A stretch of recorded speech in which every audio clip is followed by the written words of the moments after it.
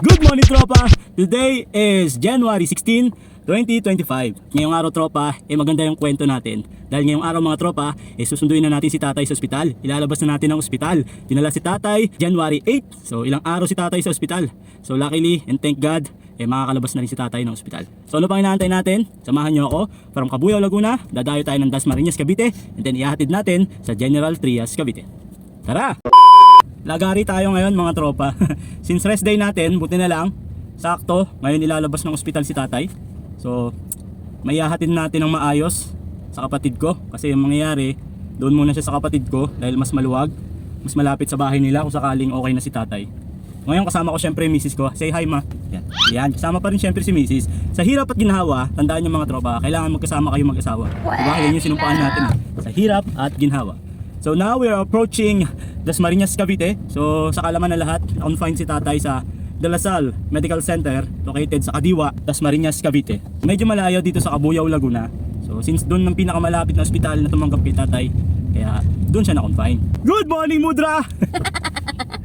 Woo! Masarap sa pakaramdam mga tropa na yung stress mo mawawala na.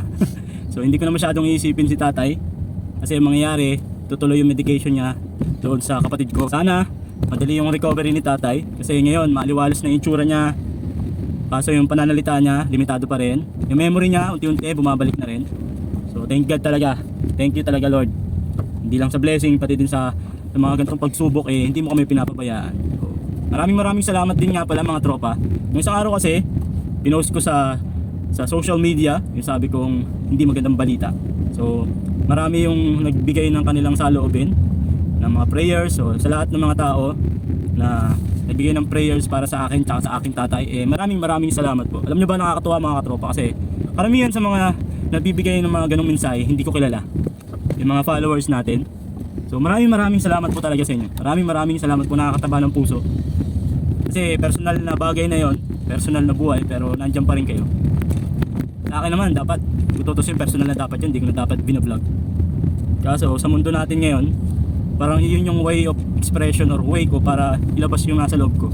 Bukod dun sa pagdadasal, bukod dun sa pag-iyak. Parang gusto ko rin malaman ng tao kung bakit minsan yung itsura ko ganyan. Haggard, minsan puyat. Kasi nagtataka minsan yung mga tao, ba't ganon? Ganyan, laka na aibag mo, mga ganong tanong. Buhok mo, hindi ka nag-aayos. May mga bagay kasi tayo minsan na hindi nakikita sa likod ng camera. Kailangan natin ipakita. Dito nga pala tayo sa lupak na daan. Kaya medyo na tayo. Alam nyo ba mga tropa, nung nasa ospital si tatay, sabay yon sa Zumba event ni Mrs. or yung second year anniversary ng Kasufig. Yung grupo yun ni Mrs. sa pagsasayaw ng Zumba. So sabi ko, para malibang naman ako, samahan ko na si Mrs. I-video ko na rin lahat ng grupo. Sa ganung paraan mga tropa, kahit pa paano, nawawala yung stress natin, nawawala yung isip natin sa isang bagay lang. So kahit pa paano, napaling sa Zumba. So maganda rin yung mga ganung pagkakataon. So thank you din kasi ngayon tropa, nasa 5,000 followers na tayo. Ang dami na dagdag sa followers ko dahil sa Zumba mga tropa. Feeling ko nga mag-change na ako change career na mag-focus na lang kaya ako sa Zumba. Sayang no, kung magaling lang ako sumayaw. Hit na sana yun. Kaso parehas kaliwa yung mga paa ko mga tropa. Hindi lang paa, pati kamay, parehas kaliwa.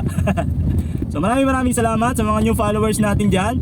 So maraming salamat po dahil nag-follow kayo sa akin. Siguro nagustuhan nyo yung mga video ko. Thank you, na-appreciate nyo yung mga gawa ni Buti pa si Tonton TV, yung mga videos na ginagawa ko. Sana lahat na nagsusumba ma-video ako, yan ang pakay natin. Kaso syempre sa mga ganyang pagkakataon, kailangan natin ng budget, diba? Pagka tayo sa mga malalayong lugar.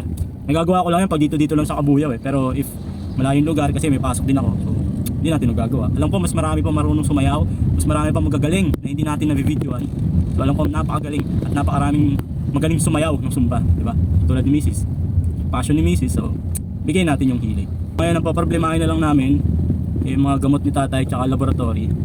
So ngayon 2025, expect nyo na si Tonton lalong maglalagari. Lalo tayo magbebenta ng kung ano-ano. Hindi lang yung 9 Lives Clothing, hindi lang yung mga binibenta ni Tonton, hindi lang yung sukang pinasarap ni Buti pa si Tonton. Ano pa kayo dadagdag natin? Ano pa kayo ibibenta natin? Woohoo! Yung buhay naman ganyan naman talaga lagi naman talaga yung may pagsubok. Walang perfectong buhay, walang perfecto. Kaya nandito tayo para lagpasan lahat ng yun syempre. Syempre sa tulong na rin ng Panginoon. Syempre sa diskarte rin natin, di ba? Hindi tayo pwedeng umasa lang lagi kay God. Kailangan din tayo, kilos din. Hindi tayo pwedeng umasa sa swerte, di ba?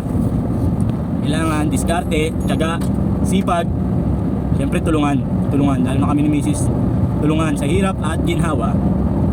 So now we are in here. Kakabuyong exit lang natin mga tropa. So mamaya pasok tayo ng MCX. Lalabas tayo ng Danghari. Tapos papasok tayo ng Salitran. And then Emilio Aguinaldo Highway hanggang makarating tayo ng Kadiwa papunta sa De La Salle Medical Center.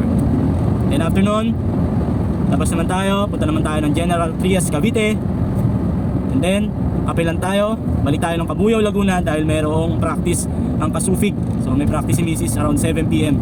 So time check alas 2. So meron pa tayo 5 oras para mag-drive. Round tour si Tonton, round tour. Laguna to Cavite, Cavite to Laguna.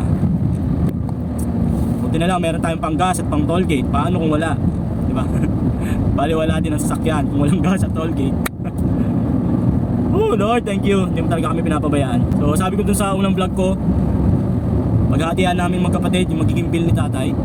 Wala tayong ibang paraan kundi mangutang, kaya nag-loan na ako sa co-op namin.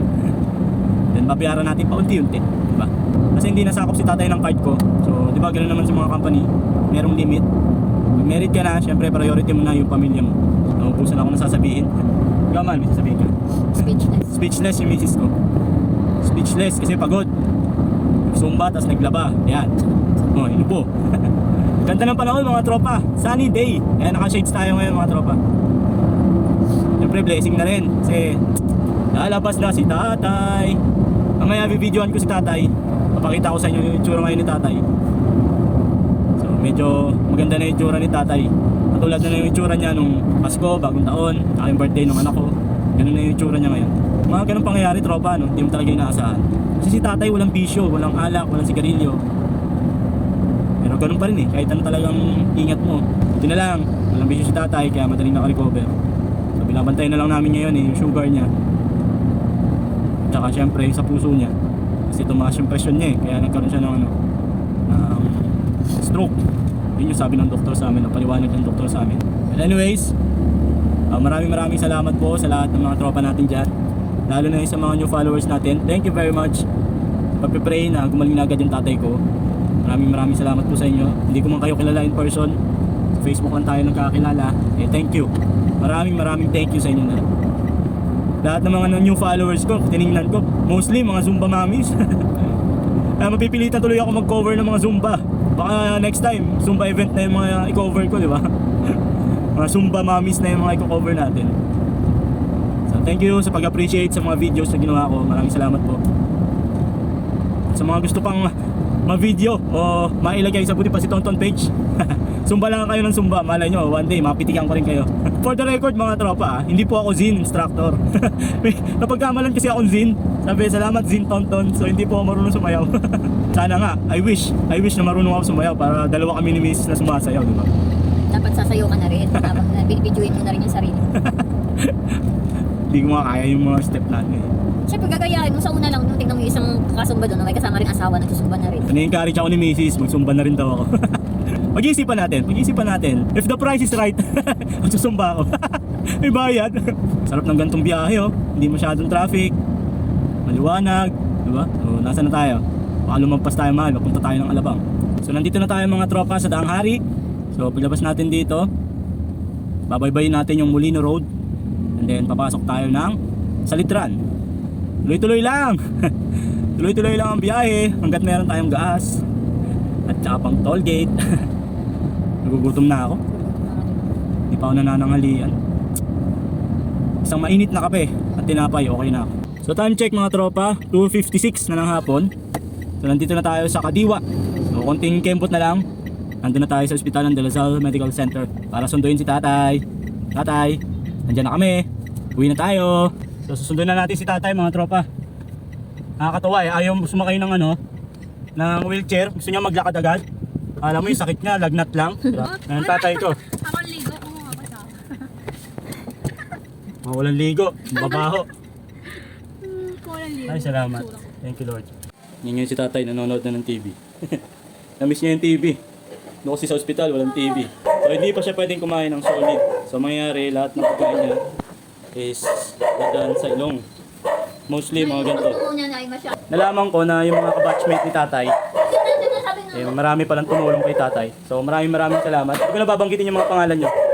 Pero maraming salamat. Malaking tulong yun sa gamot ni tatay, maintenance. Sana makarecover agad si tatay. Alam po kaya ni tatay. Alam niyo ba kanina, ayaw niya mag-wheelchair. Dahil magaling na daw siya. Isipin mo, 4th floor, maglalakad. Galing ka sa stroke. Ganyan yung tatay. Alam mo, Superman eh. Naasar ako eh. Kung nakakapagsalita masyado si tatay, kasi medyo papagaling pa siya. Pero maraming salamat po. Ako na lang magsasabi para sa kanya na maraming salamat sa lahat ng tumulong, mga kaibigan ni tatay, kabatchmate niya, mga kababata niya. Maraming salamat po. Mga ilang buwan lang, mga tropa, mga kuya, gagaling na si tatay. Magbibideo ko ulit yan sa inyo. Papasalamat. Hanggang sa susunod po. Pagkita si Tonton. Peace. Bye. Thank you. Ayaw mo mong salita ng thank you. Thank you. Hindi niya pa kaya yung thank you. Ngumiti, tas kumawa.